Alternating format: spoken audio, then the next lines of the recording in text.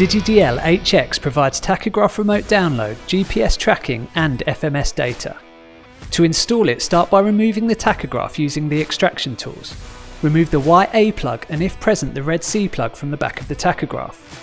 Our ETC enhanced Tacho cable is fitted with the optional can slide on the white cables to capture the FMS data.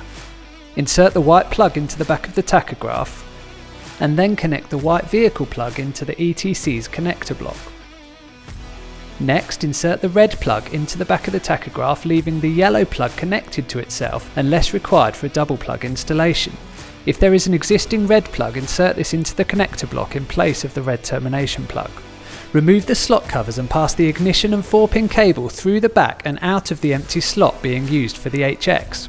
Tidy the cables away and rest the tachograph in its slot. Ensure you have installed both antennas on the front of the device. Connect the 2-pin ignition cable into the ignition port and then plug the 4-pin CAN and power cable into the C&P in port. Turn the HX around and plug the CAN slide cable into the FMS port.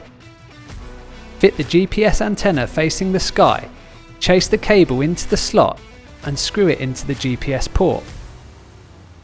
Next, turn on the ignition to ensure you're able to fully test the HX. On the rear, the blue light applies to wireless comms and registration on DigiCentral. The green light signals FMS activity and the white light signals a GPS lock.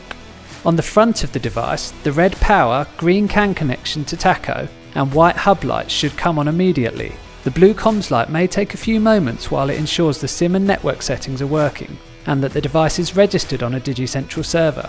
Once all the lights are on, you can then secure the tachograph back into position, tidy away the digiDL-HX and return the slot covers.